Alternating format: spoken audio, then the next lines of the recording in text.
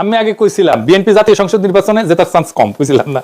এখন আমি sure BNP জিতবে না, সরকার গঠন করতে পারবে না। আমি কইছিলাম যে বিএনপি এই নিয়ে তাদের প্রচুর গব্য, নিজের বিএনপি নিজের মারিছে। অনেকে তথ্য নিতেছে ছাত্র সংসদ নির্বাচন আর জাতীয় সংসদ নির্বাচন এক জিনিস না। এরাই কইছিল বট বাহিনী ভোট দিলে শিবির জিতবে, শিবিরের যেন সমর্থন নাই, আছে বট বাহিনী। তত্ত্ব জাহানার আলোক কাম যা হওয়া সেটা হয়ে যাবে ইলেকশনের সময়, ওই দিন বুঝবে। ডাকসু ইলেকশনের মধ্যে দিয়ে বাংলাদেশের সাধারণ মুসলমানরা তার রাজনৈতিক এজেন্সি খুঁজে পেয়েছে। সে নিজে রাজনৈতিক ভাবে শক্তিশালী হয়েছে, সে জাতীয় নির্বাচন ব্যালটে রায় দিবে। আর বিএনপির বাইরের রাজনৈতিক শক্তি তো বসে থাকবে না। তাহলে এখন কি বিএনপি ধ্বংস হয়ে যাবে? এই প্রো ইন্ডিয়ান পলিটিক্যাল লাইনে কোনো চান্স নাই বাঁচার। আমরা চেষ্টা করছি, লাভ হয় নাই। 2 নম্বর হইতেছে বিএনপি ইতিমধ্যে নিজেকে অকৃতজ্ঞ একটা দল হিসেবে প্রতিষ্ঠিত করে ফেলছে।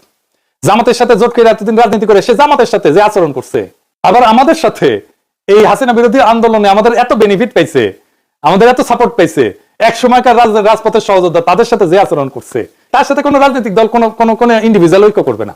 সিপিবি তো আওয়ামী লীগের কুসুম কুসুম বিরোধিতা করছে, কিছু বলছে হাসিনা সিপিবি কে? জাফরুল্লাহ ভাই তো কম হাসিনা বিরোধিতা করে নাই, কিছু বলছে হাসিনা? বলে নাই। কারণ জাফরুল্লাহর সাথে শেখ মুজিবের একটা সম্পর্ক ছিল, এক সময়ের মিত্রের বিষয়ে হাসিনার একটা নৈতিক অবস্থান ছিল, যেটা বিএনপির নাই। বিএনপি এই ক্ষেত্রে আওয়ামী লীগের চাইতেও খারাপ, সে রাজনৈতিক বিরোধী থেকে ব্যক্তিগত শত্রুতায় পর্যবেসিত করে।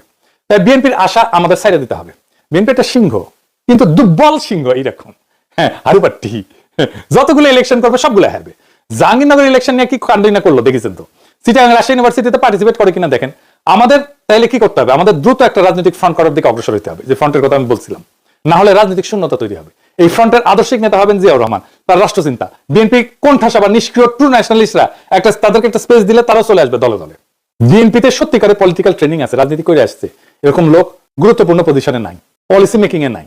থাকলে হাসিনা উৎখাতের লড়াই সেই বিএনপি নেতৃত্ব দিত, পারে নাই নেতৃত্ব দিতে। মুসলিম লীগ থেকে জন্ম নেওয়া আওয়ামী লীগ জয় বাংলা হয়েছে, আর এক দল জয় বাংলা হওয়ার পথে।